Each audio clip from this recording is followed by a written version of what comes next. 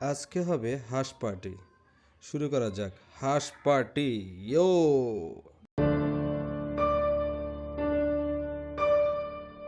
গত শুক্রবার রাতে প্ল্যান হয় বন্ধুরা মিলে হাঁস পার্টি করব। তো যেইভাবে সেই কাজ। যেহেতু আমাদের এখানে রবিবার দিন হাট বসে, তো রবিবার দিন সকালবেলা চলে গেলাম শুভ ভাইয়ের দোকানে, তাকে সাথে নিয়ে এবং মহসিনকে সাথে নিয়ে চলে গেলাম হাঁস বাজারে। হাঁসের বাজারে গিয়ে দেখতে পেলাম দুটি বড় বড় হাঁস। যেহেতু আমরা 8 থেকে 10 জন একটা প্ল্যান করেছি, সেহেতু আমাদের চীনা হাঁস লাগবে বড় দুইটা। তো আমরা বড় দুইটা চীনা হাঁস দেখতেছিলাম, এই মুরব্বির সাথে দামাদামি করেছিলাম, কিন্তু কোনোভাবে মুরব্বি দিতে চাচ্ছিল না। উনি দাম চেয়েছিল 4400 টাকা, আমরা প্রায় 2800 টাকার মতন বলেছিলাম, কিন্তু মুরব্বি দিল না। যার কারণে আমাদের পক্ষে আর তার কাছ থেকে কেনা সম্ভব হলো না। তাই আমরা চলে যাচ্ছি পরবর্তী হাঁসের দোকানে।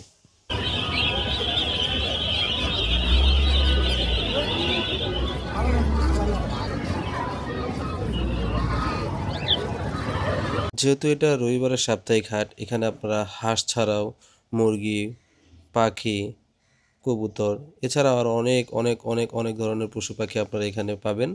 যদিও দামটা একটু বেশি, আপনাদের দামাদামি করে কিনতে হবে। যদি আপনারা কিনতে চান তাহলে চলে আসতে পারেন টঙ্গী বাজার এই হাটে। কথা না বাড়াই, আমরা যখন গিয়েছিলাম হাঁস কিনতে, গিয়ে দেখি আরও বড় বড় কয়েকটা হাঁসের দোকানে। আমাদের চীনা হাঁস তোর প্রয়োজন, তাই আমরা চীনা হাঁসগুলো দেখছিলাম। তো এই ভাই দুটো বড় বড় হাঁস দেখিয়েছে। এটাকে আসলে অনেক কষ্টসাধ্য একটা বিষয়, হাঁস চিনা। আসলে আমরা তো গ্রামের ছেলে না, আমরা ছোট থেকে ঢাকায় বড় হয়েছি, তো আমরা তেমন একটা হাঁস চিনি না। তারপরে যতটুকু সম্ভব চেষ্টা করেছি ভালো একটা দুইটা হাঁস কেনার জন্য, যেহেতু আমরা মানুষ অনেক। তো অনেক বাছাবাছির পরে দুইটা হাঁস পাই, তার সাথে দামাদামি করি, দেয় না। পরবর্তীতে একটু সামনে এগিয়ে যাই, যেতে যেতে আমি আমার আমার পছন্দের একটা জিনিস কিনে ফেলি। দেখুন সেই জিনিসটা আপনাদের দেখাচ্ছি। তো পরবর্তীতে আমরা দুইটা দেশি হাঁস দেখি। যদিও দেশি হাঁস দুটাতে আমাদের হবে না, তাই অনেক আফসোস লাগতেছিল। দোকানদারকে বলেছিলাম যদি আরও দুটো থাকতো তাহলে ভালো হতো, 4টা দেশি হাঁস হলে আমাদের জন্য খুব ভালো হতো। সেই পুরনো দোকানদারের কাছে এসে অনেক দামাদামি করার পর 3000 টাকায় আমরা দুটো হাঁস কিনলাম। যেহেতু হাঁস কিনেছি তাহলে তো এটা পরিষ্কার করতে হবে, কারণ হাঁস যদি পরিষ্কার না হয় ভালো মতো, তাহলে রান্না যে করবে সেও মজা পাবে না, আমরা খেয়েও মজা পাবো না। তো এইখানে যে পরিবেশ দেখলাম, আমরা যেখানে হাঁস বাজারটা আছে সেখানের আশেপাশে যে পরিবেশটা দেখলাম পরিষ্কার করা, আমাদের কাছে ভালো মনে হলো না। যেহেতু আমরা টঙ্গীতে বসবাস করি, তো আমরা জানি কোথায় ভালোভাবে পরিষ্কার করা হয়। সেজন্য আমরা হাঁস দুটোকে নিয়ে চলে যাচ্ছিলাম আমাদের সেই মুরগি বাজার, যেটা আমরা টঙ্গীর মানুষ ভালো করে চিনি। মুরগি বাজারের উপরে সেখানে অনেক সুন্দর ভালো পরিষ্কার পানি দিয়ে হাঁসগুলো পরিষ্কার করা হয়। চলুন আপনাদেরকে সেখানে নিয়ে যাই।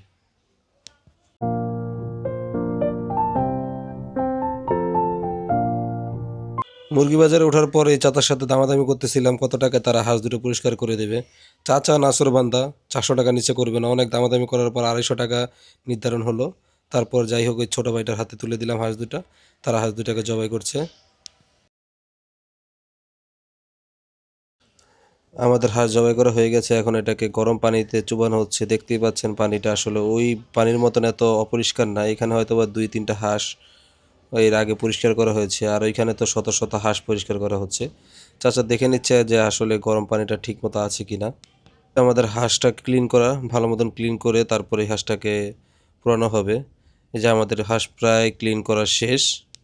আপনারা পানিটা দেখতেই পাচ্ছেন কি পরিষ্কার পানি। হাঁস যেহেতু পরিষ্কার করা শেষ হয়ে গেছে, এখন এই পানি দিয়ে ভালো করে ধুয়ে তারপরে আমাদের হাঁসটাকে পরিষ্কার করবে। দেখুন আপনাদের দেখাচ্ছি, দেখেন আমাদের হাঁসটাই শুধু এই পানি দিয়ে ধোয়া হয়েছে, তারপরে এই পানিটা ফেলে দেবে তারা। আমাদের হাঁস ধোয়া হয়ে গেছে, একদম পরিপূর্ণ পরিষ্কার হয়ে গেছে। এখন হাঁসে হলুদ মাখানো হবে। হলুদ মাখানোর কারণ হচ্ছে যখন হাঁসটাকে পুরানো হয় তখন হাঁসটার চামড়াটা পুড়ে যায় না, এবং যে তেল থাকে তেলটাও পুড়ে যায় না। দেখুন কি সুন্দর করে তারা হলুদ মিশাচ্ছে। অনেক সময় অনেক বড় হাঁসের যে পাখাগুলো থাকে সেগুলো ভেঙে যায়, তাদের যে সুইগুলো সেগুলো ভিতরে থেকে যায়। এখানে যদি আপনি নিয়ে আসেন তাহলে ওরা অনেক সুন্দর করে এই সুইগুলো বেছে বেছে আপনাকে পরিষ্কার করে দেবে, কারণ ওরা জানে কোথায় কোথায় সুই থাকতে পারে। ভালো করে হলুদ মাখানোর পর হাঁসগুলোকে পোড়ানো হবে। কিছু নিষেধাজ্ঞা আছে যার কারণে আপনাদেরকে আমি পোড়ানোটা দেখাতে পাচ্ছি না। আসলে এই পোড়ানোটা হচ্ছে মেন। যদি আপনারা ভালো করে হাঁসটাকে পুড়িয়ে নিয়ে যান তাহলে আপনাদের বাসায় আর কষ্ট করে বাছাবাছি করতে হবে না। এরভাবে যদি ভালো করে পুড়ে দেয় তাহলে একদম হাঁসটা পরিষ্কার হয়ে যায়। এটা কাটাকাটির পরে চলে যাবে আমার বন্ধু মহসিন ওর বাসায়, কারণ ওরা আম্মু এই রান্নাটা করবে। যেহেতু আন্টি পর্দা করে সেহেতু আপনাদেরকে রান্নাটা আমি দেখাতে পারছি না। রান্না শেষ, আমাদের খাওয়ার স্থানটা হচ্ছে এই যে দেখতে পাচ্ছেন ভদ্রলোক মাহাদি, মাহাদির দোকানে আমাদের খাওয়ার আয়োজন করা হয়েছে। আমরা সবাই তার দোকানে চলে গেলাম। যাওয়ার সাথে সাথে তার তৎপরতা শুরু হয়ে গেল। সে কী করবে বুঝে পাচ্ছে না। বাসা থেকে চাদর এবং মাদুর নিয়ে আসলো। সেখানে এই দেখেন আমাদের খাবারগুলো রাখলাম। পোলাও রান্না করা হয়েছে, সাথে হাঁস, সাথে সালাদও আছে। যাই হোক, কিছুক্ষণ পরেই আমাদের বন্ধুবান্ধব সবাই চলে আসলো। আমরা একবারে খাওয়া শুরু করে দিলাম। সুন্দর করে বন্টন করা হচ্ছে। প্রথমে পোলাও, তারপরে 6 থেকে 7 টুকরা হাঁসের মাংস, 1 পিস বা 2 পিস আলু। আলু দিয়েছিলাম যাতে খাবারটা আরও বেশি সুস্বাদু হয়। রান্নাটা কেমন হয়েছে তা আমরা আসলে যারা যারা খেয়েছে তাদের মুখ থেকেই শুনবো। ভাই খাবার কেমন হয়েছে? মাশাআল্লাহ খুব ভালো ভাই। এই কেমন হয়েছে খাবার? আলহামদুলিল্লাহ। এই বোটকা, আলহামদুলিল্লাহ। তোরা বোটকা কইছি কিন্তু। হ্যাঁ মাদি কেমন হয়েছে? সারাদ লাগবে না তোমার? জম্পেশ খানা পিনা চলছে।